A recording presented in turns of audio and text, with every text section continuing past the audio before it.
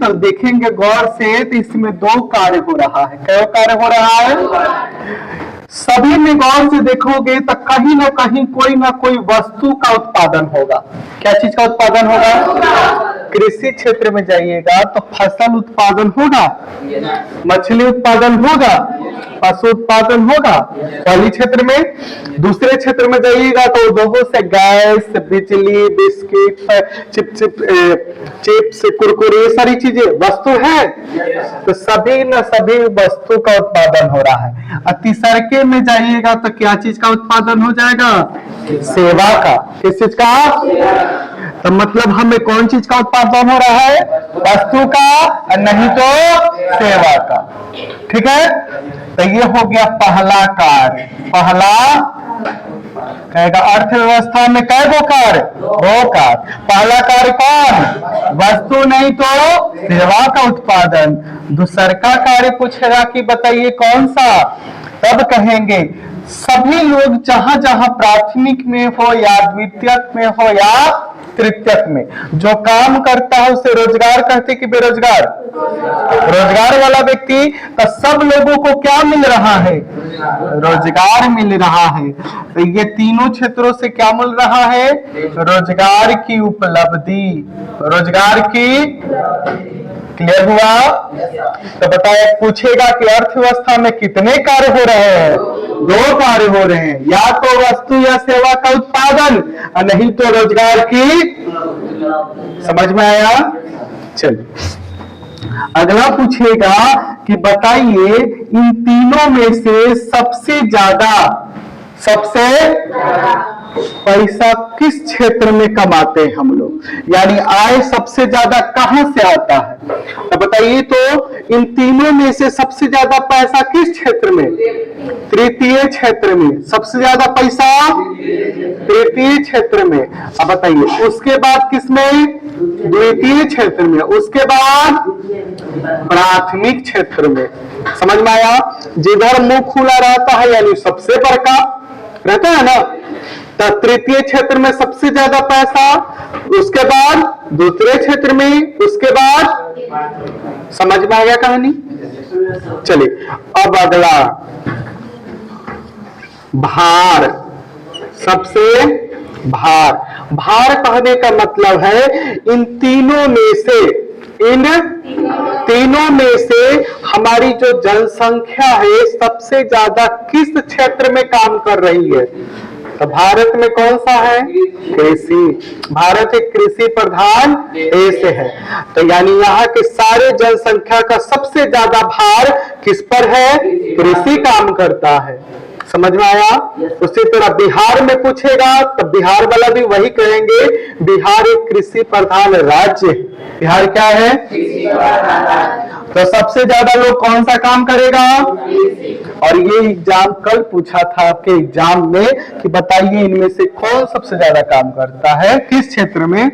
तो हमारी सबसे बड़ी जनसंख्या किस में काम करती है? प्राथमिक में। किस में काम करती है? समझ में आ गया? समझ में आया? यहां तक हम पढ़ लिए हैं, यहां तक छाप लीजिए। रुको, अब देखेंगे कि बताइए हम कौन सा व्यवस्था अपनाए जिससे देश का विकास हो। अब तक काम करने लगे ना हम लोग, अब कौन सा अपनाए जिससे देश का विकास हो? तो उसे कहते हैं अर्थव्यवस्था के प्रकार। अर्थव्यवस्था के और अर्थव्यवस्था के प्रकार हमारे पास कै गो है? 3 गो। अर्थव्यवस्था के प्रकार कै गो? 3 गो। एक एक करके देखें। पहला देखेंगे, अगर हम यहां समझाएं आपको तो पहला वाला देखेंगे, कहेंगे पूंजीपति। दूसरा का है समाजवादी और तीसरा का है मिस्त्री। क्या हुआ कहने का मतलब? सबसे पहले हम एक व्यक्ति से काम कराएंगे। कितने व्यक्ति से? दूसरा वाला में कराएंगे सरकार से, दूसरा वाला में, और तीसरा वाला में दोनों को मिला दे, व्यक्ति और सरकार दोनों को। व्यक्ति और सरकार, समझ में आया? अब एक एक करके पढ़ते हैं। पहला वाला कौन है? पूंजी। तो उसको कहते हैं पूंजीवादी अर्थव्यवस्था। क्या कहते हैं? पूंजीवादी यानी वो अर्थव्यवस्था, वह अर्थ जिसमें उत्पादन, संचालन और मालिक, संचालन और मालिक यानी सभी चीजें कौन काम करेगा? एक व्यक्ति। सभी काम कौन करेगा?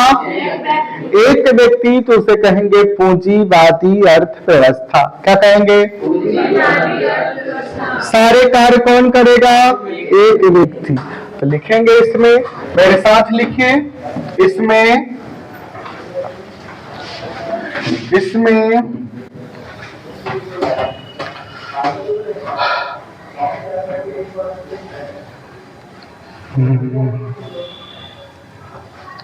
एक निजी व्यक्ति के हाथों में, इसमें एक निजी व्यक्ति के हाथों में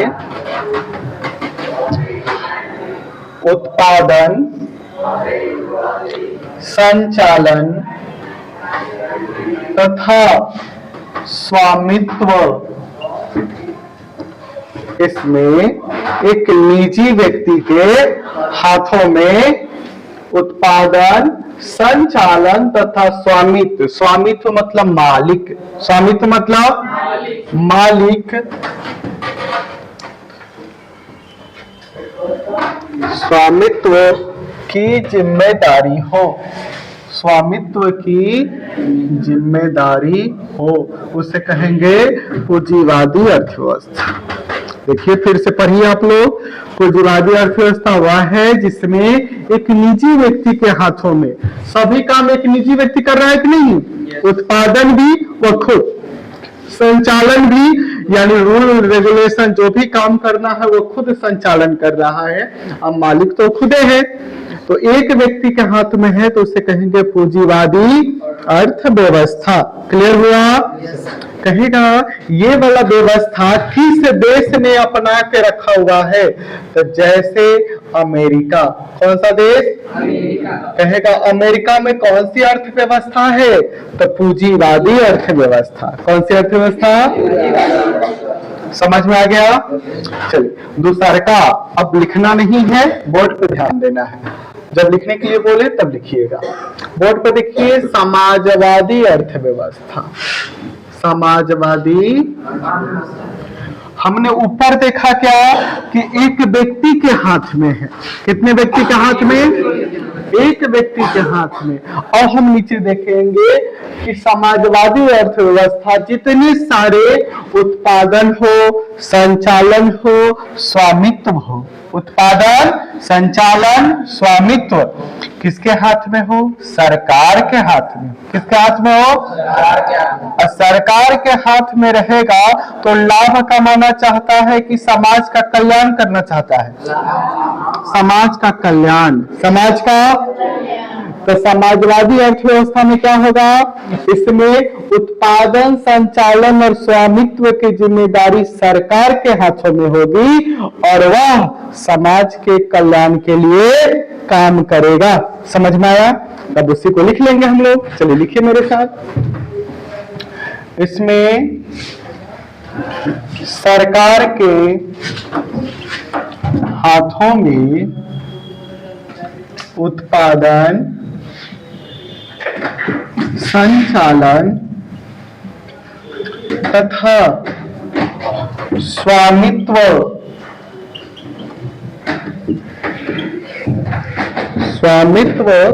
की जिम्मेदारी होती है। जिम्मेदारी होती है या लोक मतलब समाज के कल्याण, लोक कल्याण के लिए कार्य करती है। लोक कल्याण के लिए कार्य करती है यानी कि समाज के कल्याण के लिए। जैसे कौन सा देश है जहां समाजवादी अर्थव्यवस्था है? कहेंगे रूस में। कहाँ है? और कल ही आपके एग्जाम में ये प्रश्न पूछा हुआ था कि बताइए पूंजीवादी अर्थव्यवस्था और समाजवादी अर्थव्यवस्था में क्या अंतर है। तो बताइए अंतर क्या हो जाएगा? पूंजीवादी अर्थव्यवस्था एक निजी व्यक्ति के हाथ में और समाजवादी अर्थव्यवस्था, क्या अंतर नहीं हो गया? चलिए यही कल पूछा था आपके एग्जाम में। क्लियर हो गया? चलिए सी नंबर लिखना नहीं है, अब सी नंबर को समझिए। अब आ जाएगा कौन? मिश्रित। आप लोग शरबत बनाए हैं कभी? तो कैसे मिला देते हैं सब चीजों को? तो यहाँ पर हम मिलाएंगे, यहाँ पर हम क्या करेंगे? और हमें मिलाने के लिए ऊपर में क्या को दिया है? 2 ठो, तो वही दोनों को मिला देंगे किसमें? मिश्रित में। समझ में आया? तो इसमें क्या हो जाएगा? निजी व्यक्ति के साथ साथ सरकार के हाथों में, निजी व्यक्ति के उत्पादन, संचालन तथा स्वामित्व की जिम्मेदारी होगी। अब बताइए यहाँ पर उत्पादन, संचालन, स्वामित्व कौन होगा? निजी व्यक्ति के साथ साथ कौन? सरकार। तो जल्दी से अपने से लिख सकते हैं इसे? लिखिए तेजी से। इसमें निजी व्यक्ति के साथ साथ सरकार के हाथों में उत्पादन, संचालन तथा स्वामित्व की जिम्मेदारी होती है। स्वामित्व की जिम्मेदारी होती है। और ये कहेगा कि व्यवस्था किस देश में? अपने प्यारे भारत में। समझ में आ गया? कोई दिक्कत है इन तीनों में? इन तीनों व्यवस्था में कोई दिक्कत है? नहीं। चलिए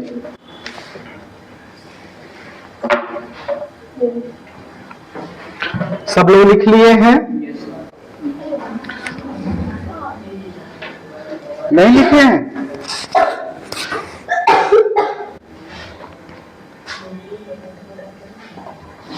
रोक दो। अब हम लोग देखना है बोर्ड पे, पहले बाद में लिखेंगे। हमारे पास शब्द है, हमारे पास क्या है? शब्द है जिसका नाम है विकास, जिसका नाम है, उसी का नाम है वृद्धि, उसी का नाम है प्रगति। क्या नाम है? 3 गो है। विकास, देखो बोर्ड पे, विकास, वृद्धि, प्रगति। बोर्ड पे देखिए, अब लिखना नहीं है। विकास, वृद्धि, प्रगति। जैसे आप लोग जल, पानी, नीर पढ़े हैं ना, पर्यायवाची शब्द पढ़े हैं ना? उसी तरह तीनों का मतलब है एक ही। तीनों का मतलब है एक ही, मतलब है कि आगे बढ़ो, आगे, यानी कि कितना देश आगे बढ़ चुका है, कितना देश आगे। अब एक एक, लेकिन हमारे वैज्ञानिक का और कहना हम अलग अलग बताएंगे। वैज्ञानिकों ने कहा, तो कहा कि बताइए, क्या बताइएगा?